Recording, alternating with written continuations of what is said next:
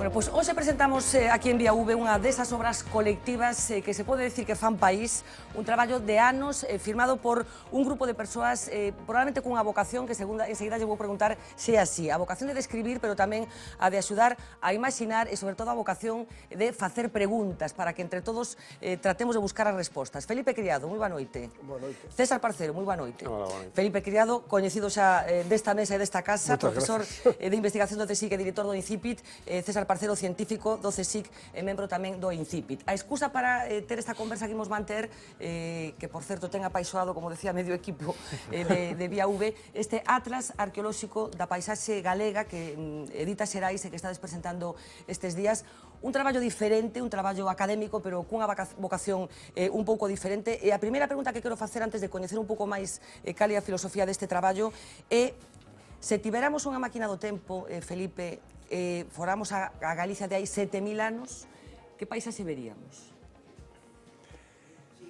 7.000 anos nos pon en un momento inmediatamente anterior ao proceso de artificialización masiva do entorno que comeza precisamente coa señalización da agricultura, da gandeiría e, sobre todo, da construción dos primeiros monumentos artificiais, da primeira arquitectura monumental que ordena a paisaxe e que deixa para sempre a pegada humana na paisaxe.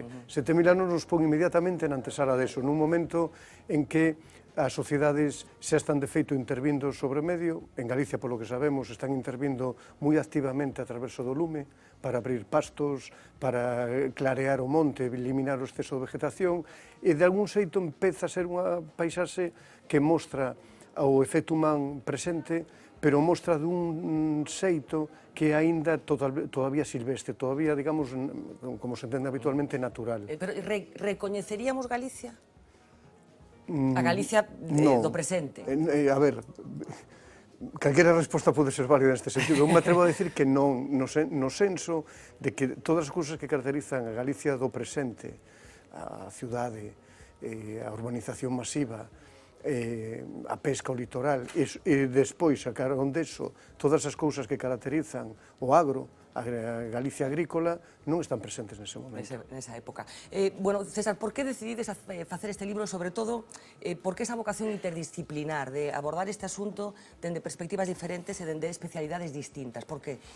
Bueno, porque a paisaxe é un obxecto de estudo moi complexo que involucra dende o punto de vista da arqueoloxía, pois eso, involucra o que as comunidades, os grupos humanos no pasado fixeron, pero tamén involucra os procesos que chamamos naturais, que tamén teñen un efecto sobre as formas nas que a paisaxe se transforma, se modifica e demais, non? Entón, realmente, a paisaxe se debe abordar dende a confluencia de varias perspectivas distintas, porque, tendo unha visión únicamente arqueolóxica, pois deixamos unha parte importante deses cambios que ocorreron no tempo sin entender, Pero permitiuvos esa confluencia de disciplinas diferentes, digamos, permitiuvos chegar a conclusións distintas, máis sofisticadas, digamos, sobre todo este proceso? Eu espero que sí, agardo que sí. De feito, a idea un pouco esa, como comentaba Felipe, por exemplo, co exemplo este do uso do lume para modificar a paisaxe e demais, pois moitos deses indicadores de acción do lume se detectan a través de procesos de estudo, digamos, que teñen máis que ver coas ciencias naturais, co estudo dos solos e demais cousas, pero logo a interpretación dese proceso ten máis que ver tamén con pôr en relación eses incendios que se detectan nos solos, pois co tipo de ocupación que hai no entorno, cos sitios arqueolóxicos do redor e demais, non? Entón, bueno, de alguna forma ese diálogo entre diferentes disciplinas, que é algo non sempre sinxelo de facer, é o que realmente permite, pois iso, crear ou contribuir a crear un coñecemento un pouco máis complexo que simplemente tendo unha visión puramente arqueolóxica. Bueno, eu decía que este traballo é un traballo para empezar a facerse preguntas, aínda que non se sexa especialista, como é o noso caso, os xornalistas, que sabemos de todo, pero en realidade non sabemos absolutamente de nada. Así que, Uxía Rodríguez, moi boa noite. Imos tratar de entrar en este traballo para saber un pouco que o que se pretende con este Atlas Arqueolóxico da Paisaxe Galega. Pois imos situar os nosos espectadores. Primeiro falamos desta obra, Atlas Arqueolóxico da Paisaxe Galega, e para comprender a súa magnitude temos un primeiro dato para compartir. 20 anos de investigación reunidos nun só volume este, cun obxectivo: reconstruir a influencia do ser humano na paisaxe galega dende o Neolítico ata a época medieval. Ou dito doutra forma, un percorrido pola paisaxe para comprender a historia de Galicia. Queremos compartir unha das frases que atopamos xa nas primeiras páxinas deste libro. A historia trata do tempo, a xeografía do espazo, a arqueoloxía das formas, a arqueoloxía da paisaxe trata das formas do espazo no tempo. Tan simple e ao mesmo tempo tan complexo, porque non se trata dun atlas ao uso a pesar do seu nome, é máis ben un atlas metafórico. Aquí podemos atopar os instrumentos e información necesaria para logo poder imaginar esas paisaxes e así, grazas a elas, entender como era a sociedade e como vivía a paisaxe como unha fusión de natureza e cultura, porque dende hai máis de 6.000 anos ambos os dous conceptos camiñan xuntos. Logo entraremos en detalles cunha pincelada de cada parte deste libro. Demámoase tumbas no Neolítico, da parcelación nas cidades de cobre e bronce, dos castros fortificados e da aparición das sagras, aldeas e cultivos tan característicos da paisaxe galega. Pero para rematar este pequeno e rápido resumo, outra frase. Comezábamos co preámbulo e rematamos no epílogo. Se o ser é históricamente vida, a vida socialmente hábitat e o hábitat afanosamente construción, o ser seguirá sendo como é mentres a construción que construiu siga sendo o que é. Nada máis e nada menos. Moita filosofía do que somos, porque por eso decía que é unha obra que tamén dialoga co país que queremos ser, co que fomos e co que probablemente queremos ser. Felipe, o home adapta ao territorio, conforma a paisaxe, participa nesa conformación. Estamos no momento de maior hostilidade ca paisaxe? Sí, claramente sí, pola dimensión, pola densidade da intervención humana da paisaxe. Posiblemente houbo outras épocas, non moitas, pero houve outras épocas con unha escala de agresión semellante a que podemos ter hoxe, pero non ca tecnoloxía e non ca densidade de poboamento que multiplica exponencialmente esta capacidade de agresión sobre a paisaxe. No libro recordades, César, que, por exemplo, Andalucía ten incorporada a paisaxe no seu estatuto de autonomía. Eu non sei se aquí somos conscientes do que significa a paisaxe galega. Hai unha lei da paisaxe, pero hai ferramentas suficientes, digamos, para traballar sobre ela, ter a relación correcta, xeitada con ela?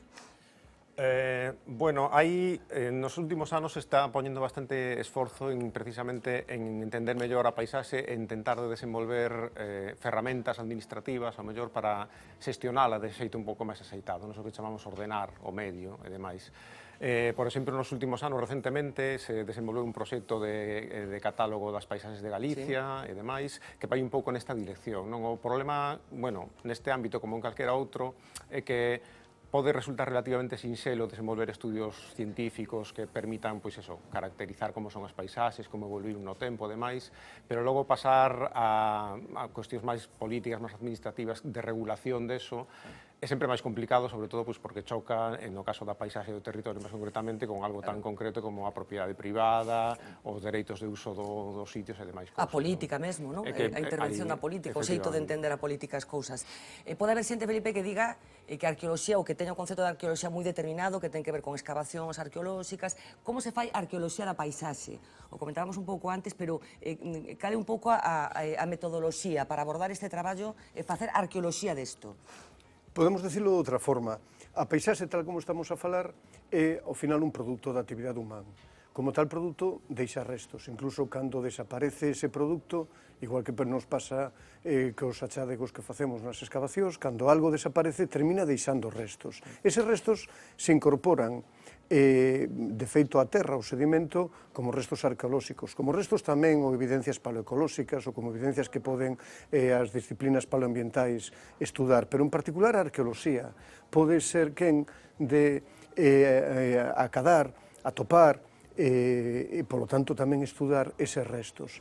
A arqueoloxía da paisaxe é precisamente eso, estudar a paisaxe a través dos restos que a paisaxe deixou. Bueno, hai varios fitos que se recollen no libro, imos comentar algúns deles. Por exemplo, creo que nun dos capítulos que firmaste, Felipe, falas dunha época na que acontecen moitos cambios na paisaxe galega, porque emerxe unha paisaxe arquitecturizada, quería dicilo ben. Falamos dos anos 450-500, e despois unha segunda época, 800-900, nos que se generalizou a construción de terrazas para o cultivo, que hoxe, bueno, é unha cousa que forma parte do que somos. Como de revolucionario foi aquelo? Como de diferente foi? Foi un salto efectivamente importantísimo e, ademais, cando comezamos esta investigación fai casi 15 anos, de feito foi unha sorpresa atopar que este elemento que é tan consustancial, como ben viñas de decir, a esencia da paisaxe galega e o galego, este elemento que ademais poucas veces se pensa en ele en clave histórica, porque como está presente, como se sigue a empregar, como sigue estando totalmente vivo entre nós, pois non pensas que poda ser de máis aló de uns poucos anos.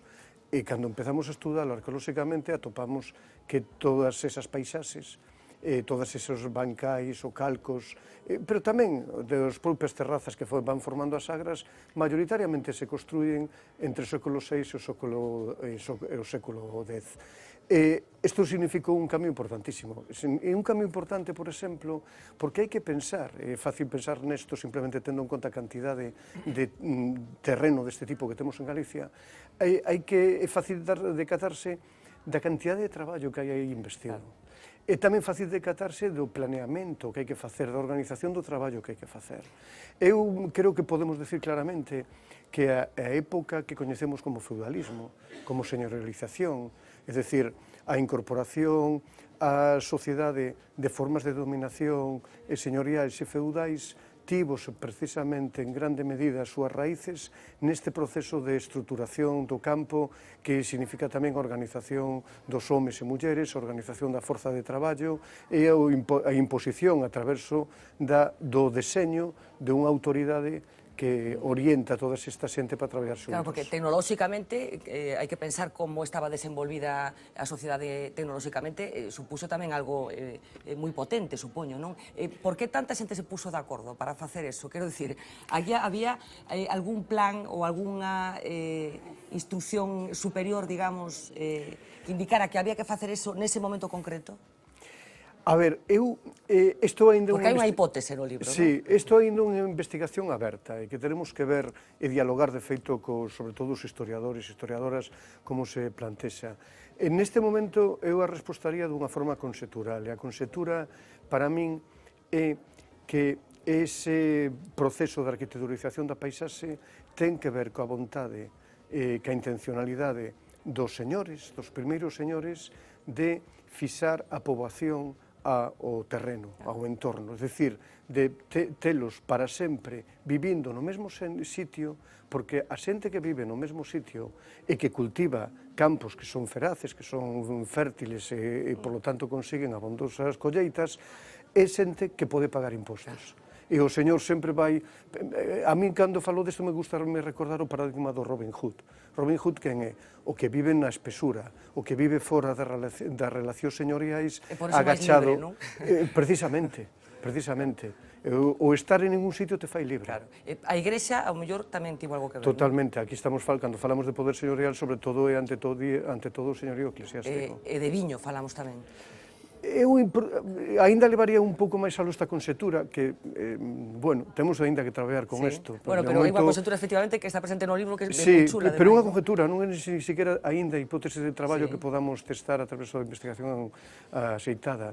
Eu creo que conxeturalmente podemos ainda incluso pensar que a súa vez o motor ideolóxico dese proceso de artificialización que moveron os señores, sobre todo os señores eclesiásticos, foi o cultivo do viño.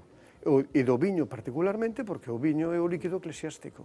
É o líquido que se converte na sangue de Deus e, polo tanto, é tamén un moi bon motivo para non só rendir tributo a Deus, sino para manter controlados a poboación. César, por que o minifundio? Falamos sempre do minifundio, mesmo criticamos o minifundio, as consecuencias económicas que ten para o desenvolvemento do país. Que explicación ten, despois de facer unha investigación arqueolóxica da paisaxe, por que somos minifundistas neste país? E xa falo non só da paisaxe, somos minifundistas en moitas cousas, supoño que da paisaxe trasladouse demais. Por que? Que explicación ten o minifundio? Bueno, este tipo de cuestións relacionadas cos formas de propiedade, os tipos de propiedade e demais, arqueolóxicamente non son moi sinxelas de rastrexar, porque realmente nos en arqueoloxía temos os restos das parcelas e demais, pero non temos moita información acerca de quen era o propietario. Non é fácil ter esa información, non?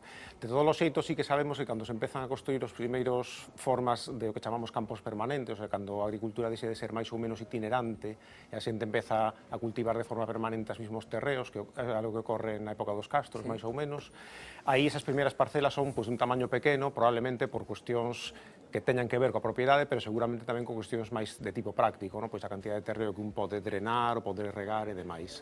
Logo, a pervivencia histórica deso que chamamos minifundismo seguramente ten que ver con cuestións máis de tipo como se estructura as herdanzas, a relación de propiedade, a propiedade no caso de Galicia en concreto en comparación con outras zonas distintas, e basicamente supoño que ten que ver coa importancia dos sistemas de parentesco e do tipo de herdanza que se dá en Galicia. Falabas dos castros, César. Que supuxeron os castros na conformación da paisaxe galega? Bueno, esa forma tan sólida de entender o xeito de vivir, esas plantas circulares que no libro decides, ademais, que son moi sólidas, digamos, están moi presentes en todos os castros. Que supuxeron os castros? Bueno, os castros supuxeron varias cousas bastante importantes, a verdad. Hoxe en día, o que nos vemos cando visitamos un castro é, basicamente, o lugar de asentamento, o lugar onde vivía a xente, pero temos que pensar que nos entornos dos castros probablemente fosen tamén entornos moi alterados pola acción das persoas, basicamente pola construción precisamente deses sistemas de campos, terrazas e demais que neste momento cando empezan a ocorrer.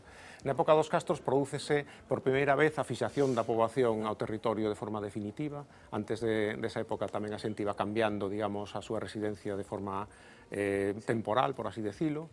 Prodúcese tamén, polo tanto, a fixación da xente ás terras por primeira vez tamén. A xente empeza a cultivar unhas mesmas terras e probablemente os seus descendentes seguen cultivando as mesmas terras e así sucesivamente.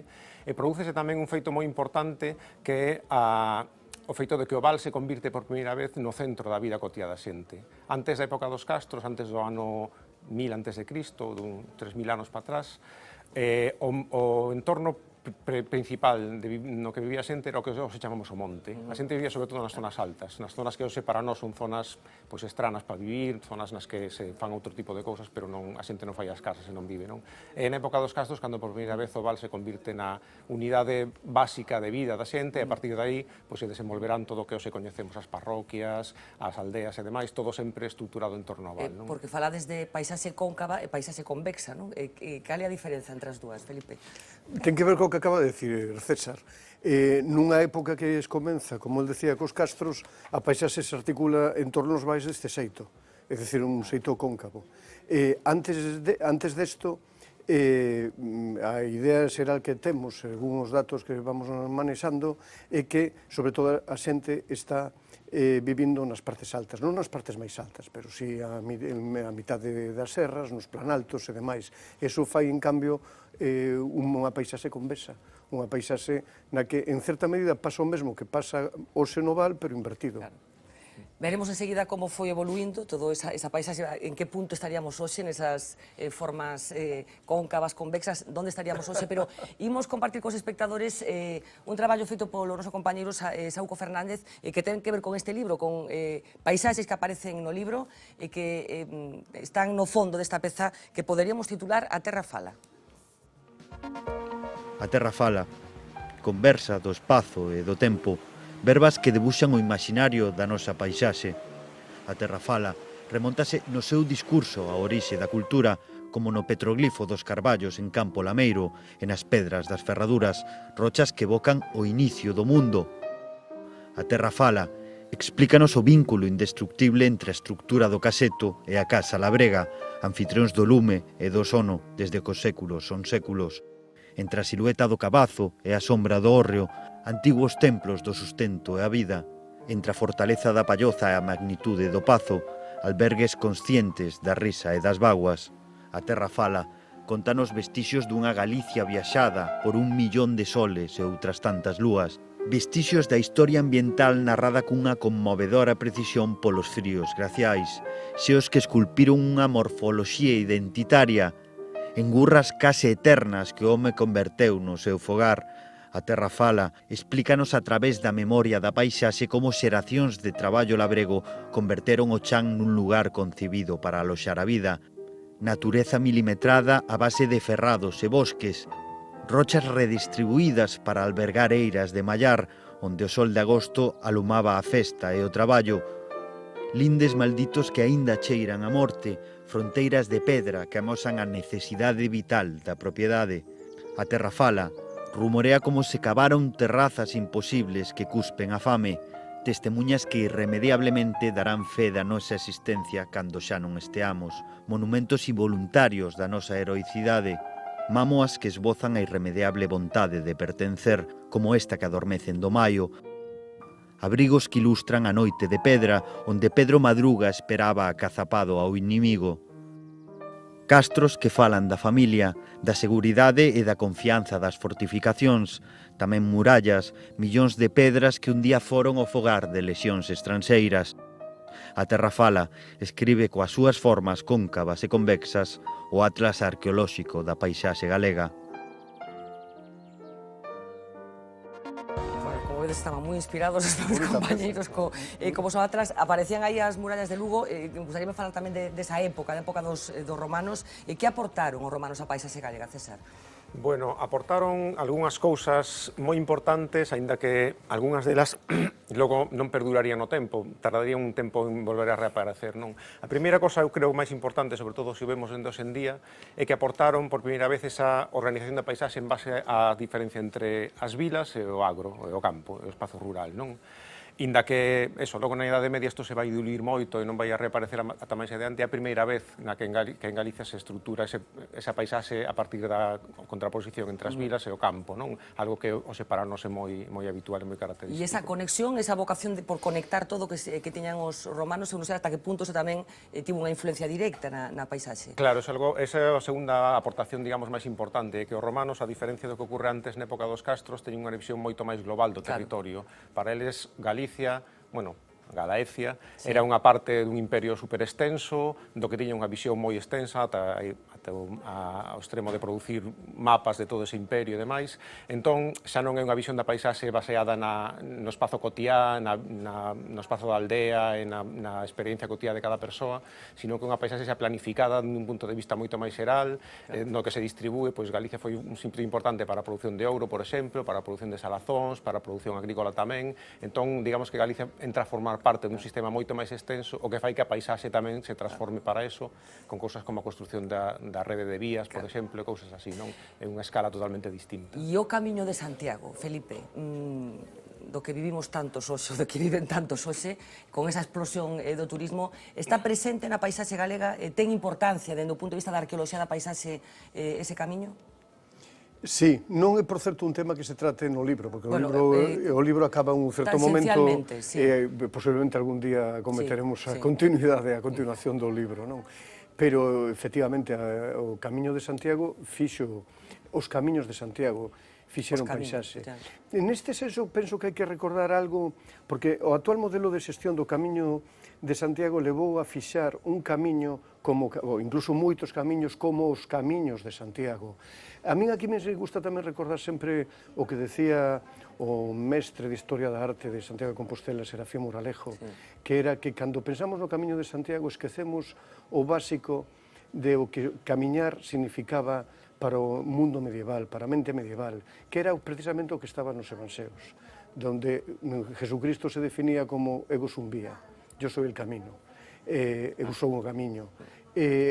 Precisamente o camiño é ali por donde a xente vai, e non necesariamente vai sempre polo mesmo sitio, é máis ben unha racionalidade moderna de fixación e de protección do camiño que nos leva a fixar o camiño primitivo, o camiño francés en tal sitio, pero a xente estaríase a mover 10, 15 metros ao norte ou ao sur dese camiño por onde podían, escapando mellor de bandidos ou escapando de inundacións, pongo por caso. Pois, precisamente por eso, o feito do camiñar tivo un efecto histórico denso sobre a totalidade da paisaxe. Falando de Santiago, hai un aparte dedicado ao Monte Gallás, no que hoxe está a famosa cidade da cultura. Por que era interesante este enclave para tratalo neste libro, César? Bueno, era interesante porque nese enclave tivemos a oportunidade, cando se estaba empezando a desenvolver o proxecto de construcción da cidade da cultura, se fixe un estudio do impacto arqueolóxico dese proxecto e realmente ali non había sitios arqueolóxicos entendidos de forma convencional, o único que había era unha paisaxe de terrazas agrarias que nós tivemos a oportunidade oportunidade de estudar e que nos permitiu precisamente, creo que por primeira vez, ou unha das primeiras veces, obter o que te preguntabas ao principio, a información acerca de como e cando se empezaron a formar ese tipo de terrazas en Galicia. En ese caso obtivemos esas datacións dese século VII, VIII, que nos permitiron aproximarnos, eu creo que por unha das primeiras veces, de un punto de vista arqueolóxico, a formación dese tipo de paisaxes. Porque se tiverades que sacar unha lista, digamos, de catedrais, xa sei que a palabra non é axeitada para falar desto, pero os sitios nos que conseguistes ou recabastes máis información neste traballo, cales serían? Imos citar algúns, Felipe. Bueno, a mellor máis que de sitios pagaría a pena falar de proxectos. Por exemplo, para este traballo foi tremendamente importante a investigación, os traballos que fixemos de evaluación e de corrección de impacto arqueolóxico de grandes obras públicas como a construción da rede do gas, por exemplo, nos últimos anos, na última década, na parte da década dos anos 90, porque isto nos permitiu comprender o territorio con unha imaxe moi completa. Pensa que, por exemplo, a rede do gas ao final significou máis de 1000 kilómetros de zanxa lineal atravesando Galicia en todos os sentidos. Todos eses, cada metro deses kilómetros foi pateado, foi prospectado, foi estudado, foi documentado. E cando aparecían restos arqueolóxicos, con toda esa documentación, conseguimos ter unha ventana soberbia para comprender como, por exemplo, se distribúe o poboamento de diferentes épocas ao longo dunha transepta que corta a totalidade do paisaxe. Por iso, poderíamos falar tamén de sitios, me parece xusto falar primeiro de proxectos. Pois a ver, máis sitios, César, algún sitio especial? Bueno, no Atlas, aparte de contar un pouco esa historia da paisaxe nunha escala moi extensa e moi xeral, se inclúen algúns exemplos concretos de sitios que axudan un pouco a entender esa historia máis xeral, non? Entón, pois, supoño que máis sinxelo sería mencionar eses propios sitios que se mencionan no Atlas. Por exemplo, cando se fala das paisaxes monumentais do megalitismo, pois se fala da Serra da Barbanza, que é realmente un dos lugares onde hoxendía é máis sinxelo apreciar un pouco que poderían ter sido esas paisaxes monumentais. Contanos un pouco, por que é interesante a Serra da Barbanza? A Serra da Barbanza é interesante, sobre todo, en primeiro lugar, porque os monumentos megalíticos se conservan bastante ben, non están moi destruídos ni moi alterados, e sobre todo porque a paisaxe, polo menos, até hai uns poucos anos, e de momento, todavía se conservaba bastante ben, no sentido de que non é unha paisaxe moi afectada pola replantación de eucaliptos ou por cambios de usos do terreo e demais, non? Cosa que está mudando nos últimos anos, onde xa se están replantando, se construíron parques eólicos e demais. Pero, bueno, ainda así, é un lugar que, digamos, que permite evocar máis facilmente o que podería ter sido unha paisaxe megalítica, pois cando un lee como poderían ser esas paisaxes e ve aquelo, digamos que é máis sinxelo facer ese salto intelectual, non? E non en outros sitios onde os túmulos están cheos de eucaliptos. O exercicio de imaginación xa ten que ser supremo, non? Sí. Así que, Serra da Barbanza, algún lugar máis, Felipe? Falando tamén de camiños, por exemplo, foi importante tamén no libro os traballos que se fixeron na Serra da Faladoira e ao longo do camiño real da Serra da Faladoira, da Coriscada, onde se fixeron escavacións tamén en túmulos megalíticos e outro tipo de estudos. Esa é outra das zonas importantes. Se nos vimos a cousas moito máis recentes, por exemplo, outro sitio importante no libro, un sitio importante na paisaxe galega é a Serra do Suído, que permite, que é un estupendo exemplo de unha paisaxe gandeira creada polo sistema xa máis ben moderno, aínda que de antigo réxime, é dicir, desde época medieval e tardomedieval e moderna, de xestión do gando en terrenos de monte, que involucra, bueno, pues, operacións complexas de momento do gando, de creación de certos sitios para reservar pasto fresco para ese gando durante o verao, cando ese pasto falta nas terras baixas, de construción de chozos para albergar a vida dos pastores ou da comunidade que se move co gando. Todo iso deixou na Serra do Suído e uns restos moi interesantes que son parte tamén do estudo que se fai. O municipio de Avión, efectivamente, un sitio moi interesante para ser visitado. Que queredes facer con isto a partir de agora, César? Que vida queredes que teña? Bueno, o que un pretende cando escribe un libro é que a xente o lea e que, polo menos, transmitir as ideas que nos tiñamos a xente que poda ler o libro, non? Entón, o libro, basicamente, o que intenta transmitir é, por un lado, pois, digamos, información ou un nivel, un discurso, unha narrativa que axude un pouco a entender como pudo ter sido a historia da paisaxe que nos vemos hoxe en día ao longo do tempo, que a xente tamén poda facer o exercicio de imaginar que outras formas moi distintas á nosa de entender o medio, a relación co medio, puderon ter existido no pasado e que a nosa forma de ver a paisaxe, de relacionarnos con ela, non é a única posible, ni moito menos, sino que outras puderon ser pois, diametralmente opostas a esa, e que, polo tanto, eso tamén nos poda levar a reflexionar un pouco acerca de, da forma na que nós estamos hoxe en día a construir a paisaxe, as implicacións que eso ten, o que di de nós, o que vemos arredor, que realmente... Preguntaba antes ao principio a Felipe si creía que nestes momentos estamos na época de maior hostilidade que a paisaxe, e quería cho preguntar a ti tamén, que pensas ti de como nos relacionamos neste presente ca paisaxe? Eu creo que, como estou de acordo co que decía Felipe, en termos sobre todo de escala e de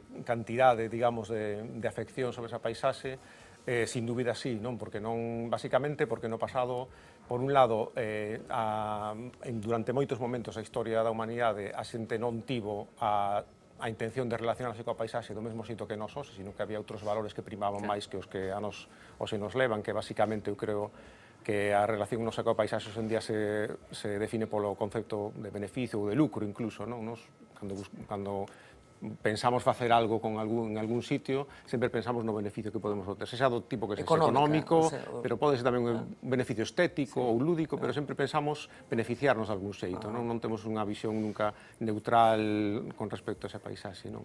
Entón, sin dúbida, a nivel de escala e demais, sí, e tamén polo que antes Felipe comentaba, porque hoxe en día a tecnoloxía está a nosos alcance para facer prácticamente o que queramos coa paisaxe que nos rodea. Claro, e aí enlazo co que decíamos, había unha paisaxe cóncava, unha paisaxe convexa, e que se van entendendo como consecuencia do que vai acontecendo, e estableces esa teoría, ti falas, Felipe, que nestes momentos estamos en unha paisaxe plana. Por que plana? Bueno, é unha forma de falar e de, como decía César, de evocar que a xente poda topar imaxes para comprender por si mesma a paisaxe e facerse a súa propia narrativa. Pero se o poño en termos da narrativa do libro, o que podríamos decir, voltando á libreta, é que se fai 4.000, 3.000, 2.000 anos antes de Cristo a paisaxe era fundamentalmente así, no senso de que se ocupaban as terras altas. Se, como decía despois César, na época dos castros, na cultura castrexa, despois, digamos, do ano 1000 antes de Cristo, a paisaxe pasa a ser así, cóncava, porque se utiliza sobre todo o vale o que organiza o territorio, isto se mantén durante a época romana, durante a época medieval e moderna. O que está a pasar coa modernidade, coa transmodernidade, co momento actual, co mundo industrial e posindustrial, é que a paisaxe se vai aplanando, no senso de que as novas infraestructuras e as novas tecnoloxías que temos de intervención na paisaxe non é que a aplanen e que a fagan xa, pero sí que nos permiten ou nos generan unha percepción casi plana. Se calquera de nós vai de Coruña a Santiago pola autopista, non ten unha percepción real dos desniveles, incluso desde o coche, non temos unha percepción real dos desniveles. A tecnoloxía aplana a paisaxe e, sobre todo, as formas novas de interacción cada vez máis agresiva, máis forte, ca paisaxe, repoblacións, urbanización masiva, artificialización do medio, e xa non digamos o efecto do cambio climático, terminan de alguna forma aplanando a paisaxe. Que pensaría un habitante dun castro se o trasladáramos a hoxe, da paisaxe que temos hoxe? Supoño que enloquecería. Supoño que sí, a ver, eso sí que é un salto de imaginación bastante grande que habería que facer, pero imagino que sí, sobre todo, bueno, imagino que sobre todo pola escala do que chamaríamos o impacto humano sobre o medio, non? Realmente que é moi difícil mirar a calquera sitio e non ver a man das persoas nel, incluso, inda que nos alunsemos e nos vayamos a espazos supostamente naturais e demais, de forma directa ou indirecta, hoxe en día o efecto da acción humana está en todas partes na paisaxe que nos rodea. Hai unha chamada de atención, ou polo menos eu interpreto así no libro, que casi remata cunha palabra que vai ter que aparecer nesta conversa tamén, que é a palabra feísmo, esa palabra que tanto aparece cando se fala de paisaxe, cando se fala de arquitectura, cando se fala de territorio aquí no noso país. Imos lembrar casi as palabras finais, que as que remata o libro, neste caso Felipe Criado, en relación precisamente con este asunto do feísmo. O feísmo non é un problema estético, senón dende as formulacións da arqueoloxía da paisaxe unha forma de habitar, unha racionalidade e unha conciencia. O feísmo, como degradación do medio, non se pode corrixir dende a estética, senón dende a acción transformadora, dende a política, dende unha política distinta àquilo que agora chamamos política. Bueno, o feísmo como unha consecuencia da política, non como algo que sexa consustancial o que somos, non, Felipe? Non sei que chamada de atención hai nestas verbas. Hai unha doble chamada de atención e posiblemente a máis importante é a que queda máis agachada. Porque a máis importante é que o libro, en xeral a nosa posición como investigadores e investigadoras, non aboga por un falso romanticismo, de que as cousas foron millor ou podían ter sido millor de outro xeito. Non, temos a sociedade que producimos e temos que manexarnos con ela e se non nos gusta temos que cambiala e cambiala activamente. O feísmo, o que estas palabras en segundo lugar recordan, é que un xeito no fondo moi urbanita, moi elitista, de chamar racionalidades de paisaxe que cando as vamos a ver teñen unha lógica interna, incluso a veces hasta un carácter de sustentabilidade tal, que para min non son feas. É dicir, podo entender que para unha estética urbanita moderna, por exemplo, facer unha limitación dunhas leiras aproveitando somieres de cama, en principio resulta feísta. Pero cando empezas a ver un pouco mellor, o que estas verbas intentan evocar é máis feísta eso ou é feísta urbanizar de xeito indiscriminado en calquera lugar, facer paseos marítimos en todas as beiracostas, etc.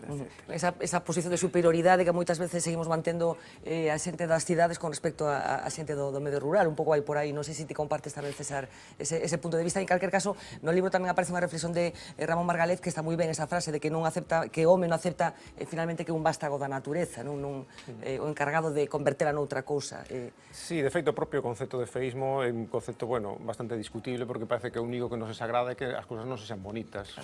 Si fosen bonitas, casi me dá máis medo o concepto de bonitismo que o de feísmo. Efectivamente, non. Os problemas seguramente son outros, non máis os que dice Felipe, pero non é un problema realmente estético, ou a estética é facilmente correxible. Bueno, como dicía, rematades unha época concreta, vai haber continuación? Bueno, nós seguimos traballando en arqueoloxía da paisaxe, nunha arqueoloxía do espazo. Traballamos en moitos temas no noso Instituto de Ciencias do Patrimonio en Santiago de Compostela, pero o estudo do espacio, de como se construye socialmente o espazo, como se emprega, termina sendo unha constante no traballo de todas as persoas que colaboramos ali. Co cal, hai novos episodios. Agora mesmo posiblemente se poderá empezar a escribir un libro que continuara a este outro, facendo máis fincapé en temas de paisaxe medieval, que están a estudar moi ben compañeiros da Universidade de Santiago, en temas de paisaxes modernas. Por exemplo, vimos recentemente de presentarse unha tesis de doutoramento de Rebeca Blanco sobre como se construye unha paisaxe de fronteira a traverso da fortificación masiva do territorio na Guerra de Independencia de Portugal, no século XVII. E hoxe podemos ler a fronteira galego-portuguesa a traverso desas fortificacións mediante unha lectura baseada na arqueoloxía da paisaxe vemos como aparece unha fronteira onde antes non había. E podíamos seguir, incluso hoxe temos pezas de traballo que están a empezar a estudar a racionalidade das paisaxes urbáns, da paisaxe urbán barroca, das paisaxes urbáns posteriores, empregando o tipo de técnicas e perspectivas que utilizamos na arqueoloxía da paisaxe. Daquela, bueno, posiblemente calquer día nos pondremos outra vez a facer. Longa vida. Bueno, pois de verdade, Felipe, quería César Parcer, un auténtico placer esta conversa con vos, e como decía, moi recomendable, Atlas Arqueolóxico da Paisaxe Galega, de Cio Xerais, un traballo, insisto, que fai moitas preguntas, creo que finalmente, ou polo menos, che permite facerche moitas preguntas. Gracias aos dous, de verdade, enhoraboa. Gracias a vos e doblemente. Imos facer a última pausa publicitaria de hoxe e enseguida Uxía Rodríguez, xa saben, nos fai outra perspectiva da xornada de hoxe. Voltamos enseguida.